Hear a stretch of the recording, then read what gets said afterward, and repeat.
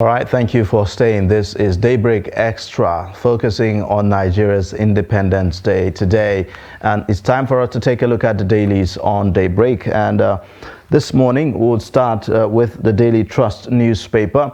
The lead story, of course, talks about the president's speech. It says, in last independence speech, Buhari scores self high. And that's on page 4 of today's paper. You would also see Unsung Heroes special publication. You'd find Our Heroes, Our Hopes. This is a story that is on the front page of the Daily Trust newspaper. Above the lead story, you'd find also PDP crisis. Again, Atiku meets Wike on page 6. Nollywood stars who began their career as child actors. So today's paper is also featuring that, the Nollywood stars that began their career as child actors. That's on page 29. You'd have also 2023, Tinubu will win without you, ex-minister tells Afenifere. And that's on page 42. And then you'd also have below, at the footnote, you'd find a story that says, court jails nurse who pierced newborn baby's eyes. And that's on page 45 of the Daily Trust newspaper. And if you take a look at the Nation newspaper also, it's about the Independence Day. It says, Independent Anniversary Greetings. That's from APC's presidential candidate Asiwaju Bola Ahmed Tinubu. Above the masthead, you would find the story that says, again, Buhari vows to deliver credible 2023 polls. That's in his Independence Day message. And also, Atiku promises to support Wike for president in 2027. You'd find on this day newspaper the lead story. In last Independence Day address, President Buhari bemoans pains of Nigerians. The writer says, IBB, we will remain an indivisible entity. Atiku, this country shall rise again. Tinubu, we still have work to do in perfecting democracy. Lawan, Nigerians must remain resolute in the defense of national unity. And that's also, I believe, their own Independence Day messages. You'd find above the masthead, FG Banks, Total Energies, a new 50,000 barrels per day assets to boost oil production. You'd find also court nullifies Oyetola's nomination as APC's gubernatorial candidate in Osun. Next paper, we take a look at the Guardian newspaper. It says, Nigeria at 62, still a tough journey to nationhood. You'd also find other stories that says, I won't rent crowd to win election, Kachuku, and on page 4. Oshibajo commissions NSIA-backed Pandagric Novum Farm, that's on page 89. And then you also have Bimbo Ademoya, I'm not a comedian, I'm just funny. Obiageli, Banadetta Ajero. These are some of the entertainment stories on the front page of the Guardian newspaper. The Punch newspaper says, pressure mounts on 16 PDP NWC members to return 450 million naira. And then you'd have also other stories that says Nigeria at 62, so far so good. How we celebrated Nigeria's independence in 1960. Entertainers there giving their own perspectives that's going memory lane. I have forgiven men who made me abort 15 pregnancies. That's according to Kuda Yisi. These are some of the stories. And then you have the Leadership newspaper this morning saying, why I opened a can of worms. PDP Deputy National Chairman. You'd find the writer says, it says, party funds, sale of forms badly mismanaged, Embattled Ayu returns to Nigeria, insists only party can speak. Obi meets Wike, Autumn, Makinde, and then also a 1999 constitution, not Nigeria's problem. That's according to Abdul Salami. You'd find also Buhari marks last Independence Day as president. You'd find also Independent, Daily Independent is one of the papers. It says, the lead story says 62nd Independence Anniversary. I share the pains Nigerians are going through, says Buhari, scores self high on security, energy, education, economy, others. He goes emotional as he delivers last Independence Day speech as president. You would find other stories that says strike. ASU loses 10 members in 7 months to starvation. That's according to the chairman. You'd also find 500,000 repatriated Nigerians. FG plotting to infiltrate South Middle Belt with foreign terrorist groups allege. Well, that's another allegation there. Cost of living crisis. How poverty, hunger, insecurity may adversely impact 2023 polls.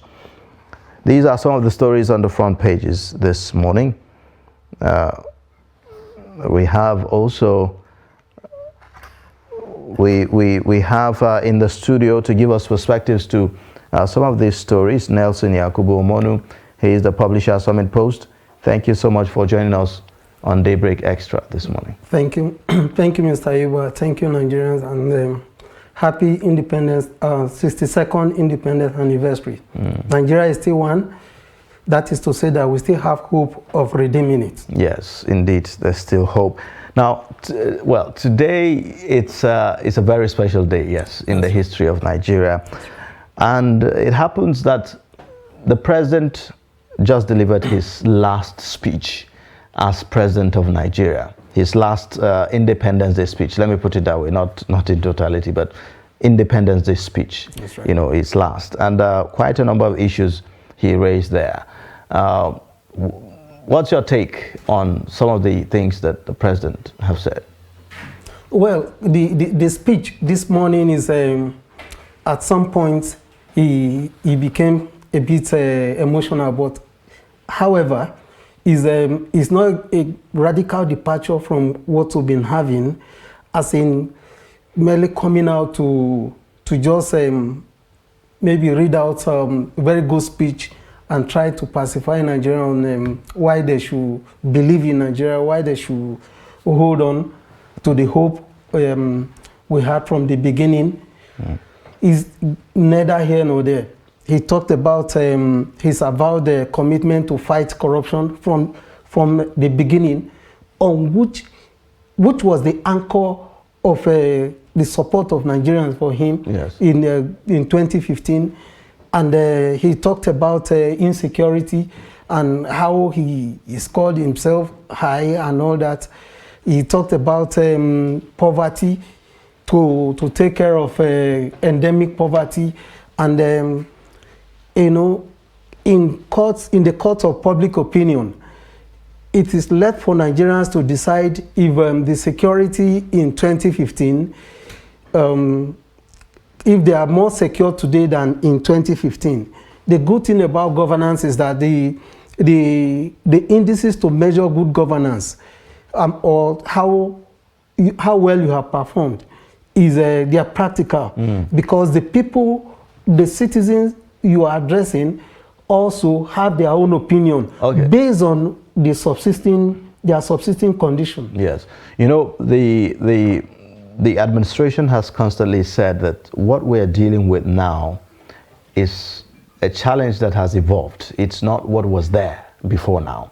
I mean, they've said that they've technically defeated Boko Haram in the northeastern part of the country, and that what we are dealing with now is a new, you know, type of challenge that the government is doing its best to deal with it. What's your take? Is that how well we are dealing with the evolving challenges? and how well we handled the defeat of the previous security challenges. The way we defeated Boko Haram.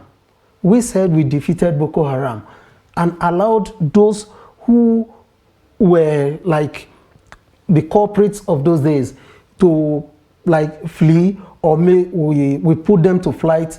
Those who were arrested, have we as a people or as a government, did this government in all sincerity do what it ought to have done, like bring people to justice so that it will serve as deterrent? Because it is crime that is evolving, but criminals will always be there. But when a government has, resolved to deal with issues, anybody caught that is part of, the pains that has been visited on Nigerians within the period, of course, must be brought to justice. And I think that is what every government should do. But in any case, if we are to concede to the fact that what is happening in the northwestern part of the country, for instance, it's a new kind of a challenge. Yeah. How long does it take for us to actually, diagnose whatever it is that we are dealing with, and then be able to manage it? Are we rising up to the expectation as it is? It's neither here nor there. We've not really done, I don't think, personally, I don't believe Nigeria has given its best to the challenge, the security challenge in the Northwest. Zamfara, for example, which is the focal point in the Northwest in terms of the new wave of insecurity. And I think that with the technology available to today's 21st century world, I think that it was possible. Let me use this example when America came to pick a criminal, so to speak, from our soil. We saw the way the operation was organized. How was the person located? The exact location where they picked him up from. It's not as if they were anywhere. They were thousands of kilometers away from where the criminal is. But they were able to locate through satellite, through technology. And I think that is what we should do. This government should concentrate on. Within the lifespan of this administration, especially the time that is remaining, I think that we should do more with technology to be able to get at these people. It is with satellite. A lot of things has been made easier. All right. You can pick up anybody from anywhere. Okay.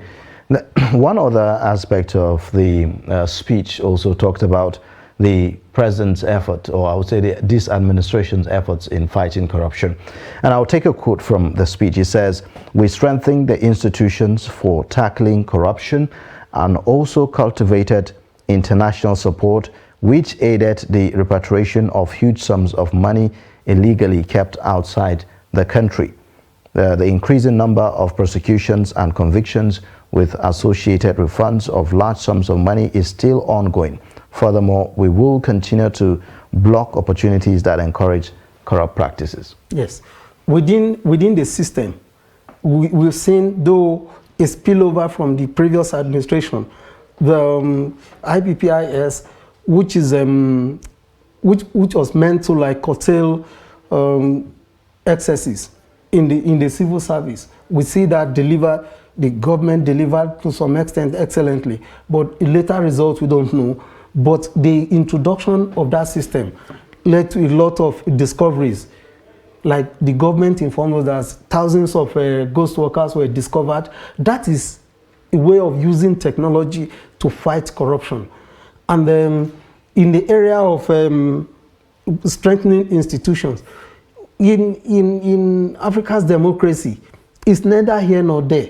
Because when we make law or when we set up institutions to perform certain rules, we also try to undermine the institution because we have seen a lot of inconsistencies in these empowering institutions to fight corruption, because there are glaring cases of people who have been lawfully, tried and convicted by the competent court of jurisdiction, pardoned, and went back home with two hands in the pocket. So it seems like that pardoning incident of some of the high-profile cases have seemed to reverse all the gains that have been made under this administration. It's a total,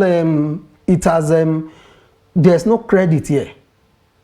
In the last 7 years, there's no credit here, because there are cases of those sitting governments. But we've seen high number of convictions, isn't it, under this administration? Yes, in terms of convictions. There are convictions. But again, there are those who have raised issues about the fact that, well, these convictions that we are seeing are not high-profile cases.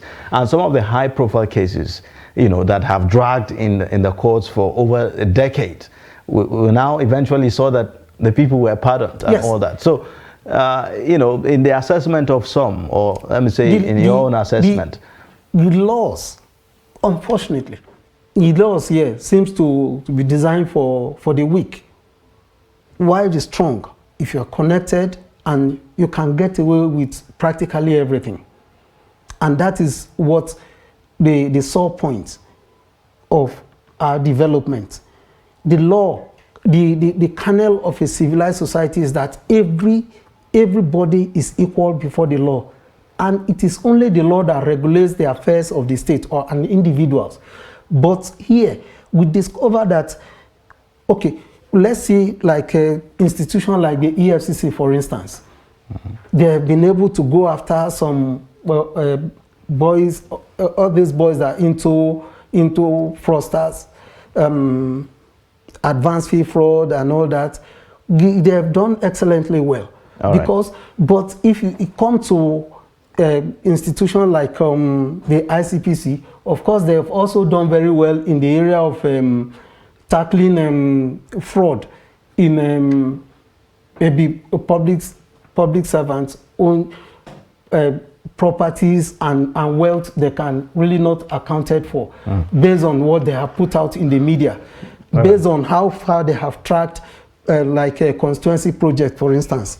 Or we've been reading of late how they have discovered money collected, but before our very eyes, if government will also come up to defend those they want to defend. And those are issues that, but it's just like taking a 10 step forward and takes 20 steps backward. Okay. All right. We are going to take a pause here and join our Lagos team who is ready for us to bring us updates on the Independence Day celebration. Abdulateef is there for us. Abdulateef, good morning. Can you hear me?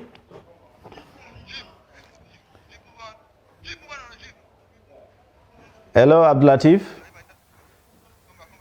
All right. Well, it seems like Abdulateef is still trying to get set, so we'll join him shortly. But let's continue with a look at the president's speech. The president also talks about the economy. He talks about the efforts of the administration, the fact that under his administration, Nigeria exited recession twice, and that there's a global dimension to the economic challenges that the country is dealing with. Agreed. There is a global dimension to the economic crisis, but how well are we managing the available resources to us? If we talk about the economy under this government, I think in the Fourth Republic, no government has embarked on social welfare scheme like this government. But the question to ask, that is in the area of alleviating poverty, empowering Nigerians to be able to take their economic destiny in their own hands.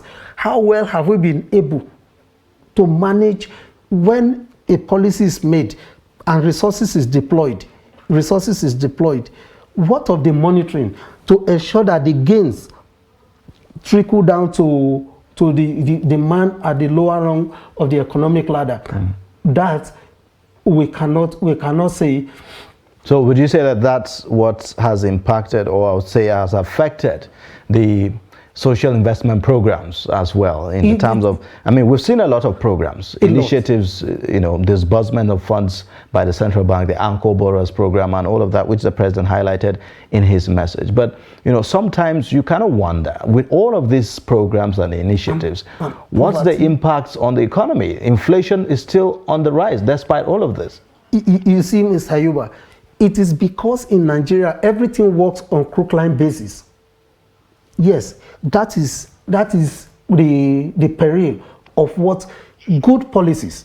But if it comes to implementation, if you anchor borrower scheme, you are to give money to farmers to be able to support them so that there will be the output from agricultural produce will increase, so that it can push hunger down.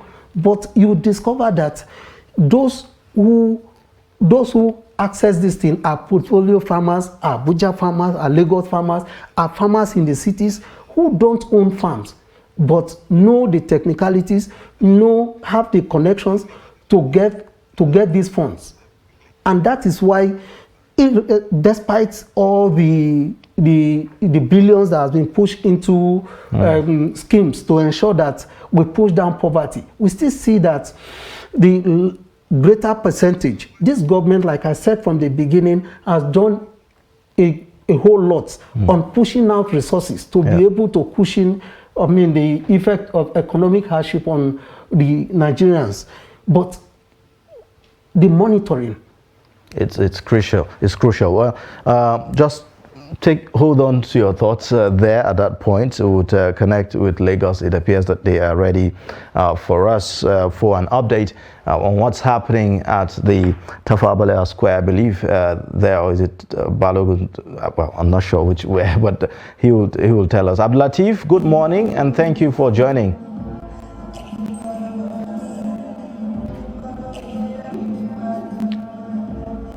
Hello, Abdul Latif.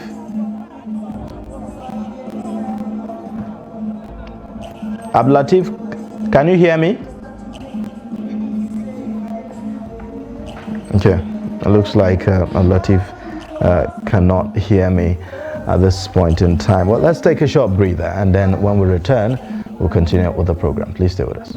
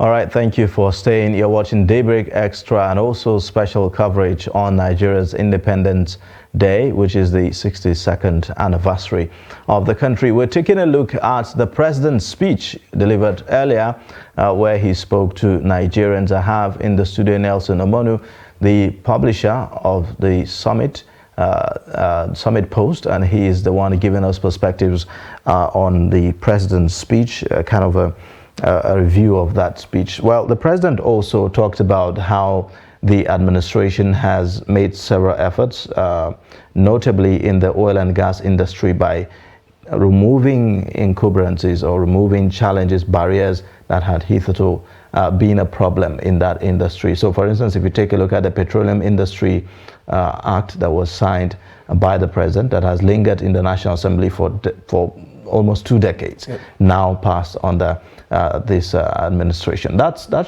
should count for, you know, for kudos, isn't it? Yes, really. the PIA Act is the passage of PIA Act and the subsequent signing into law is commendable. I think we should give it to this government because of the length of time it has spent at the Harlow Chamber of National Assembly without success. So it's a plus.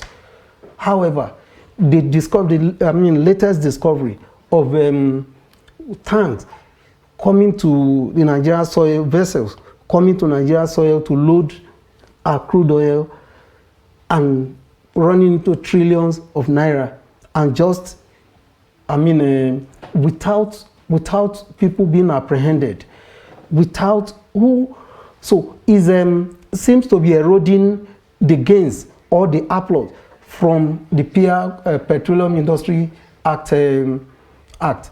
So I think that this government should be, as much as this government should be commended, the latest developments in our oil industry.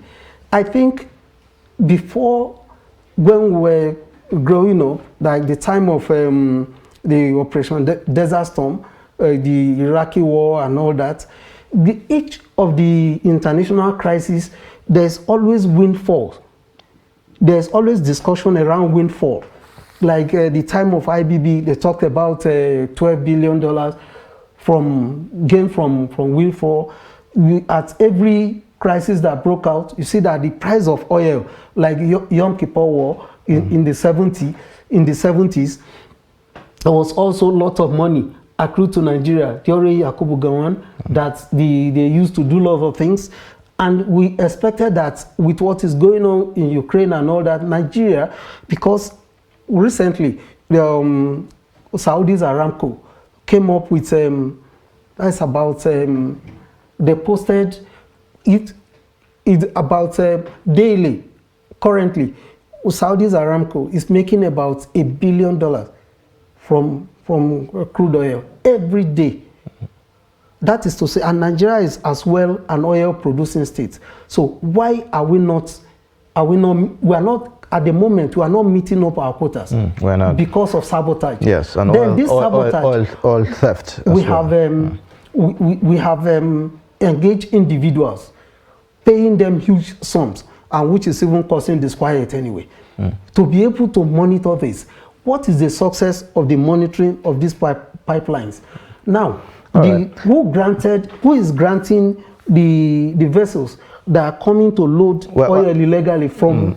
I think that's one of the reasons that informed the decision to contract Tompolo to secure. So what is the success?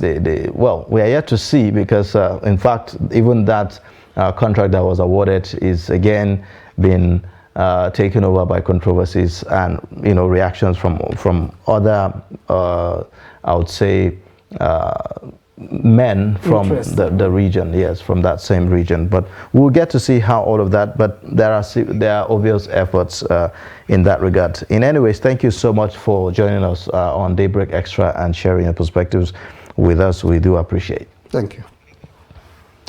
All right, let's now go back to our Lagos team at the Tafawa Balewa Square, where Abdulateef Aliyu is standing by to give us an update on what's happening. Good morning, Abdulateef.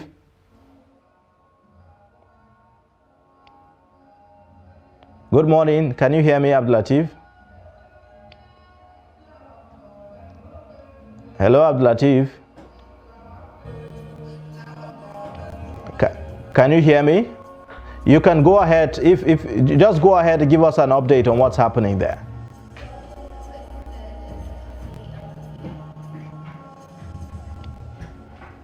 Okay, it looks like Abdulateef cannot hear me at the moment. Well, earlier on, the president gave a speech where he spoke to Nigerians about some of the achievements of the current administration. We'll be taking excerpts from that speech delivered by the president. That will be shortly after this breather. Please stay with us.